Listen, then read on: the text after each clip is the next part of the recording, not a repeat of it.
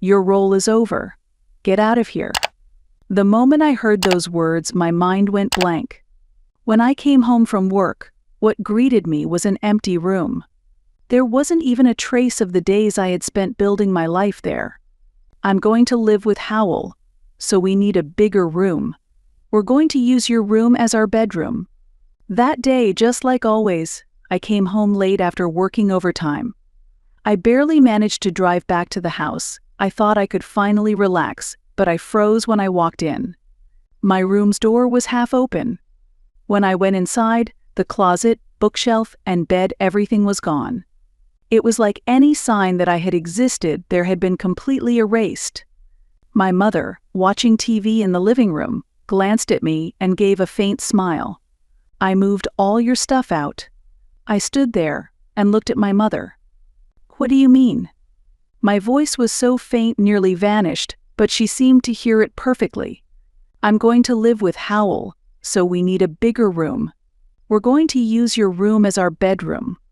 She said it too natural, as if I had never really belonged there in the first place. I asked again, You decided all this without asking to me at all? Without even looking away from the TV, she replied calmly, Well, you don't need it anymore, right? Your role is over. Get out of here.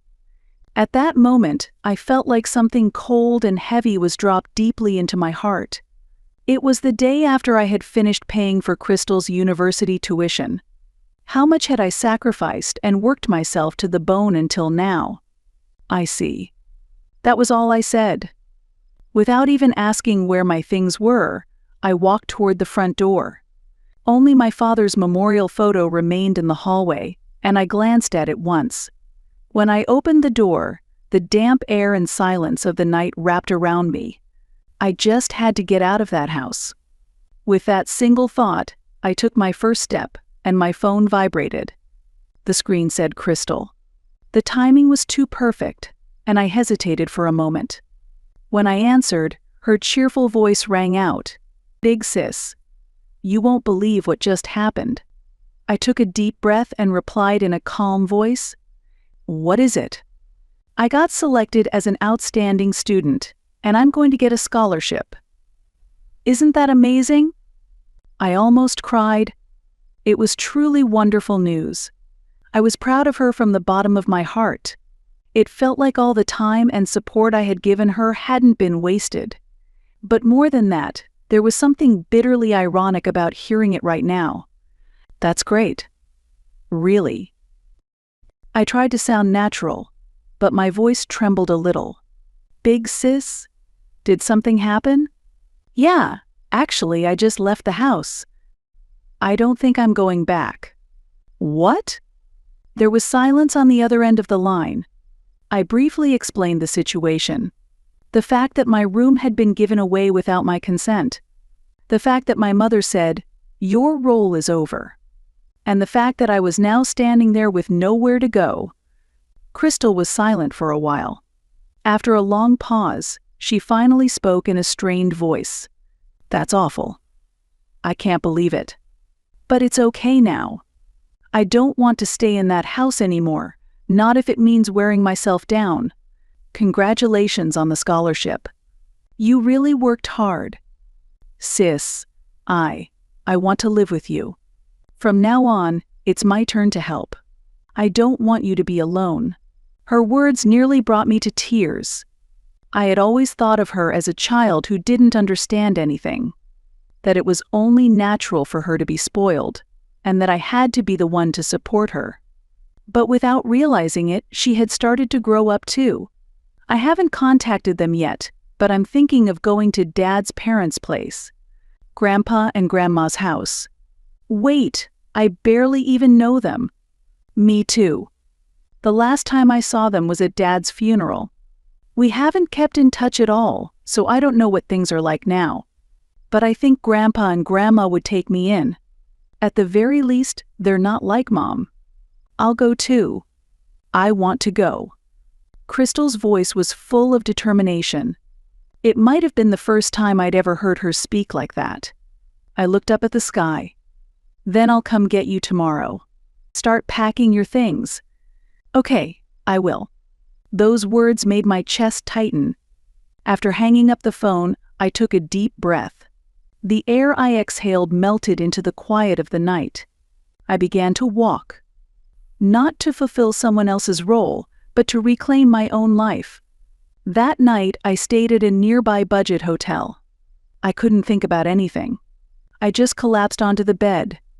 Luckily, I had the next day off from work. Since I couldn't sleep right away, I started to think about the past. My father passed away when I was 24. It was a heart attack. So sudden and so abrupt that I couldn't process any of it. Still, time went on and life began with just my mother, Crystal, and me. I worked as a financial analyst. My days were filled with numbers and market pressure, not easy, but the income was stable. My mother worked part-time, but her earnings were minimal and couldn't support our living expenses. She always said, "You're the only one I can rely on." Every time she said that, something inside me told me, I have to support them. If I didn't, I couldn't be a proper replacement for Dad. That's how I naturally came to shoulder the household finances, stabilize my mother's emotional state, and support Crystal through high school so she could focus on her future. Crystal is 7 years younger than me. Ever since she was little, I had been the one holding her hand. When our parents fought and she cried, I'd carry her to the nearby park and push her on the swing to calm her down. Back then, she always clung to my sleeve, calling sis, sis, and she was so adorable that taking care of her came naturally to me. At mealtimes, I taught her how to use a spoon. After baths, I dried her hair. At night, I read picture books to her and fell asleep beside her. Even when the air in the house felt tense, just seeing Crystal's smile was enough to save me. The first time I saw her with a school backpack on, my heart clenched like I was watching my own child grow up. More than a sister, I felt like a little mother, determined to protect her. Crystal was cheerful and friendly, and people naturally liked her. Mother adored her and spoiled her endlessly. Even after she entered high school, Mother kept saying, "Crystal's still young. I'll let her enjoy herself," and gave her almost everything she wanted. A smartphone, trips, concert tickets. Most of those were paid for from my income. Meanwhile, I never went on trips, owned no brand name items, and spent nearly everything for the family. Every payday, I covered Crystal's tuition and living expenses, Mother's costs, and even the house payments, and I never complained. I paid for Crystal's college expenses over 2 years, spending more than $30,000 in total. Rather than showing gratitude, Mother acted like it was simply expected. Even when I got home late at night, she was laughing in front of the TV. At home, I wasn't seen as a daughter, I was treated like a manager, someone responsible for keeping the emotions and finances in check. That's how I became connected to the family, not by love, but by duty. But I had reached my limit. Still, I didn't want Crystal to feel the loss of our father too deeply. So I had resolved to hang on at least until she graduated. Around that time, Mother started bringing a man named Howell into the house. At first, she said they were just having dinner together, but over time his visits became more frequent. Before I knew it, he was lounging around like it was his home, and he and Mother were quietly preparing to live together without my knowledge. I never liked Howell very much. He had a way of speaking that felt condescending, like he looked down on others. It always seemed like he was trying to draw us into Mother's world, and I just couldn't stand it. But Mother was completely smitten with him. Whenever he came up in conversation, her expression softened, and she'd barely listen to what I was saying. That change only made me feel more isolated. And in the end, getting kicked out of the house happened far more suddenly and easily than I had expected. While I was thinking about all of that, I must have fallen asleep. The next day, I went with Crystal to our grandparents' house. Standing at the front door, my chest tightened. It had been years since I last visited. The last time I was there, my father was still alive. It was the summer after I graduated from university we had visited together. I remembered him being genuinely happy to see his parents again, while I sat beside him, feeling a bit shy. And the next time I saw my grandparents were the day of my father's funeral. When I rang the doorbell, I heard footsteps almost immediately. The door opened, and my grandfather appeared. "Aurora?" His eyes widened, then softened into a gentle smile. "Hi, Grandpa. It's been a while. Crystal's with you too? What's going on? Come in, it's cold out there." Grandma quickly came running from the living room and embraced us. Her warm arms made me want to cry. "It's been so long. I'm so glad you both came." We were led to the living room and served hot tea. The familiar scent of old furniture and carpet gently wrapped around us. On the wall hung an old family photo of my father in his younger days. It felt nostalgic, yet somehow distant. Our grandparents were truly happy to see us. Even before we explained everything, their eyes seemed to already understand. "You must have been through a lot. You don't have to talk about it if you don't want to. But this is your home. No need to hold back." With those words, something that had been tightly wound inside me finally unraveled. "Thank you, truly thank you." Crystal also bowed her head repeatedly, her eyes full of tears. The days that followed felt almost too peaceful, like the life we'd known before had been a lie. Grandma prepared a warm breakfast every morning, and Grandpa tended to the garden, saying, "Spending time like this really calms the heart." Crystal went to university during the day, helped with housework in the evenings, and started a part-time job at a nearby cafe on weekends. Her change was visible. The sister who had been spoiled by our mother and had taken my support for granted was now stepping up to carry part of the burden herself. I was quietly surprised and a little proud. One evening, after dinner, we were chatting over tea with our grandparents when Grandma suddenly brought something up. "By the way, it's about your father's inheritance. We received an official notice, too. But your mother told us that you two had given up your share. So we were completely convinced." "Given up our share?" I raised my voice without meaning to. Crystal also set down her teacup. "We were never told anything about that. We didn't even know there was an inheritance, let alone agree to give it up." "I see, I thought so." Grandpa let out a small sigh. "It seemed odd. You both loved your father so much. I couldn't believe you wouldn't want anything from him. But we believed your mother." I immediately asked my grandparents if they still had the paperwork from that time. They pulled out a bundle of old documents from the storage room.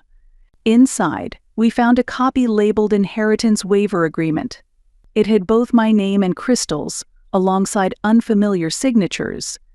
This is completely forged. We've never seen this document before." I forced the words out. Grandpa and Grandma fell silent. No one said anything for a while. Unforgivable. It was Crystal's voice, usually soft and kind, now firm with anger. "She pushed everything onto you, did whatever she wanted, and now even took Dad's inheritance. That's not family." I bit my lip. Deep down, maybe a part of me had still wanted to believe in her. But this was the final blow. She had taken advantage of our father's death. "I will take legal action." When I said the words, my voice sounded oddly calm and clear. "She illegally took Dad's inheritance. She forged our signatures. I will bring everything to light." Our grandparents looked surprised, but they nodded firmly. "If that's what Aurora wants, we'll help however we can." Crystal held my hand and said, "I'll fight with you." That night, I lay in bed in the quiet room, unable to sleep. If I listened carefully, I could hear the ticking of a clock in the distance, quietly marking the passage of time. Staring blankly at the ceiling, I reflected on my life up to now. Looking back, I had always been suppressing something, always silencing my own desires for someone else's sake. I tried to believe that swallowing my emotions and giving up what I wanted was the right thing to do, that it made me strong. But maybe I was wrong. Now, I finally realized something. It's okay to choose to stand up for myself. And making that choice isn't selfish at all. Coming to this house was truly the right decision. There are people here who support us no matter what, who give us warmth that words can't describe. And that's why I decided to act. The next morning, I woke up and immediately got moving. My first stop was a law office. I sat down in front of the female lawyer I had made an appointment with, took a deep breath, and began explaining everything. My father passed away 5 years ago. Soon after, my mother claimed that we had given up our rights to the inheritance. But neither my sister nor I ever expressed such intent. The signatures were forged. The lawyer nodded as she took notes. Then she looked up at me and asked calmly, "Do you have a copy of the documents?" I pulled the waiver copy we had found at my grandparents' house from my bag. As soon as she looked at it, her expression stiffened. The date format, the handwriting, they're all suspicious. If we send this for handwriting analysis, there's a high chance it will be ruled a forgery. I nodded silently. What you're describing could lead to both civil and criminal actions. First, we file a civil lawsuit to recover the unjustly gained assets and demand a reassessment of the inheritance. In addition, since the signatures were likely forged, we can also consider a criminal complaint for document falsification and alteration of private documents. As I listened, I noticed how calm I had become. The anger and sadness had already passed. The only thing pushing me forward now was the conviction that I couldn't let this go unanswered. Please, I want everything to come to light. To proceed, I gathered the necessary documents, a family register from that time and a copy of my father's death certificate. My grandparents also helped by checking whether there was a will. There was no official will, but they found some letters and notes my father had written while he was alive. One of them included a message: "I want my daughters to live their own lives with peace of mind." That night, I spread out the collected evidence on the living room table at my grandparents' house. Crystal sat beside me, silently looking over everything. "I never knew. I didn't realize you were carrying so much on your shoulders. I chose to do it myself. But now I want to bring it to the end. I don't want Dad's memory or our lives to be twisted by someone else anymore." Crystal's profile that night looked nothing like the little sister I used to know. She had changed from someone who needed protection into someone who wanted to take responsibility. A few days later, the lawyer contacted me to confirm the lawsuit had been filed. The complaint had been officially delivered to our mother, and the civil suit had begun. Surprisingly, we heard nothing from her. No angry calls. No crying. No apology. Just complete silence. I accepted it calmly. Now I understood clearly she had never seen us as family, only as something to control. At the time, I had taken a temporary leave from work. Honestly, I wasn't in the right mental state to focus, and this legal battle felt like a kind of reboot for my life.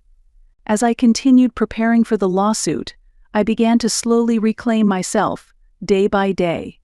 The scent of the morning coffee Grandpa brewed, the time spent picking tomatoes with Grandma in the garden, the countless failed dinners Crystal tried to cook. All of it felt completely different from the life I had known, one driven by obligation to survive. One night, after Grandpa and Grandma had gone to bed, I sat alone in the quiet living room and found myself gazing at a photo of my father. "Dad, was this the right thing to do?" The words I whispered dissolved gently into the room. In my head, I knew suing my mother was the right thing to do. But deep inside, there was still hesitation smoldering quietly. Was it really okay to take your own family to court? I stared at my father's kind eyes in the photo, silently asking him for an answer. "What would you have done, Dad?" Caught between what's right and what I still questioned, I simply sat there, leaning on the memory of him. Soon, the truth would be laid bare in a courtroom. But it wasn't about revenge. It wasn't about cutting ties with the past or hurting anyone. It was simply about taking back my own life. And finally, I had made it to the starting line, On the day of the trial, I took a deep breath and stepped into the courtroom. The air was cold, filled with tension, and though it was my first time in such a space, my legs didn't tremble. Beside me was my lawyer. Behind us sat my grandparents and Crystal. Knowing someone was watching over me gave me a quiet strength deep inside. A few minutes later, my mother entered the courtroom. She wore a flashy suit, but her complexion looked pale. The moment our eyes met, she quickly looked away. The proceedings moved forward steadily. The lawyer presented the forged inheritance waiver agreement we had never seen and its handwriting analysis. Then came the fact that my mother had accepted all of my father's assets alone and couldn't explain what she'd done with them. She had mishandled shared family property. The lawyer laid out these facts plainly, but with sharp precision. My mother's representative tried to defend her by saying, due to confusion within the family, the waiver had to be processed quickly, but there was no strength in his words. "Were your daughters aware of this procedure?" the judge asked. I answered clearly, "No, we weren't. Neither my sister nor I have ever seen that document. The signatures were forged. How do you feel, standing here today, regarding the inheritance?" the judge asked. I chose my words carefully, then spoke calmly. My father worked his whole life to make sure we could live with peace of mind. I don't want that intention twisted for someone else's convenience. That's all. At that moment, my mother suddenly stood up. I was doing my best too. After he died, what was I supposed to do all alone? Her voice echoed through the courtroom.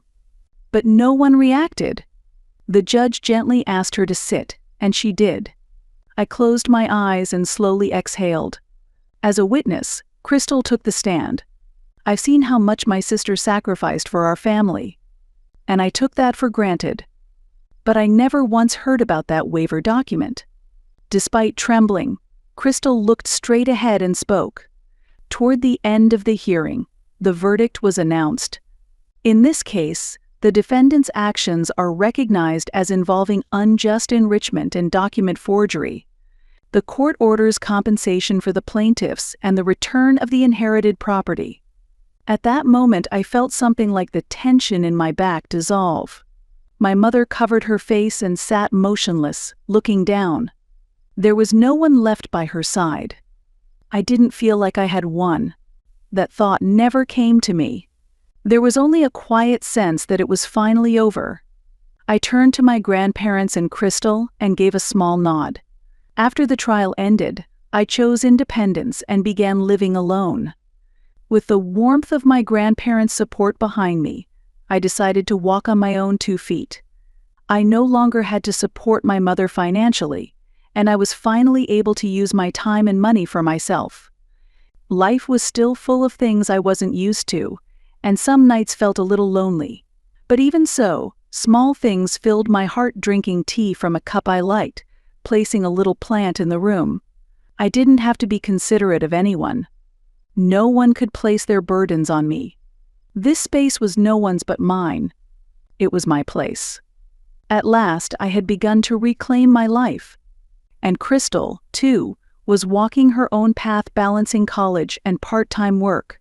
The sister who once leaned on our mother was no longer there. In her place was someone who asked about our grandparents' health at breakfast and listened when I talked about work. I returned to the office. After several months on leave, I was deeply moved when my boss and coworkers welcomed me back, just as they always had. This time, I wasn't working just to exhaust myself. Now, I was living for myself. And I was finally starting to believe that. But that didn't mean my heart was completely healed. Even after we cut ties, I heard my mother was still telling relatives things like, "My daughters betrayed me," or "they abandoned their family." To her, I had always been the daughter who was supposed to support her. The moment I stopped fulfilling that role, I became a traitor. Even so, I drew a boundary for the sake of reclaiming my life. Putting distance between myself and my mother was not a sin. If I had kept carrying everything, I would have broken. Still, Sometimes I wonder, did I truly make the right choice? In the quiet of the night, guilt sometimes creeps in, asking whether I abandoned my family. There's still a version of me that once loved her, and those memories haven't completely disappeared. Family isn't just about blood. If staying together only causes pain, then walking away is also a form of protection. Those were the words my grandmother said to me, and they gave me a sense of peace. One day, a relative called. "I ran into your mother at the supermarket the other day. She looked really thin. Seems like living alone is hard on her." Apparently Howell had left her, and she had quit her job too. With no one to support her, she now lived in an old apartment, chased by debt. I felt no pity, no anger. Maybe my mother was someone who could only feel self-worth by controlling others. Maybe the reason she made me shoulder the responsibility of family was because she was terrified of standing on her own. But I would never return to that world. If I tried to save her, I'd only be used again. That was the one thing I had promised myself never to repeat. That weekend, we all gathered at my grandparents' house for dinner. During the meal, Crystal spoke up. "Hey sis, I think, after I graduate from university, I want to become a psychologist. I want to be someone who can stay close to people's hearts." I smiled. "I think that's a great idea. You'd be good at it." Crystal let out a shy little laugh, then quietly added, "I think the only reason I'm who I am now is because you were there for me." Her words filled something deep inside my heart with warmth. My decision hadn't been wrong. By cutting ties with the past, I had made room for this calm, gentle life. Here, we had something we could never have found in a life of control and sacrifice, an equal and tender bond. I picked up the framed photo of my father and spoke softly. "Dad, I finally found a place I can truly call family. Thank you. I know you were watching over us all along. This is the future I chose. A life that belongs to me alone without being exploited or sacrificed by anyone. At last, this is where it begins."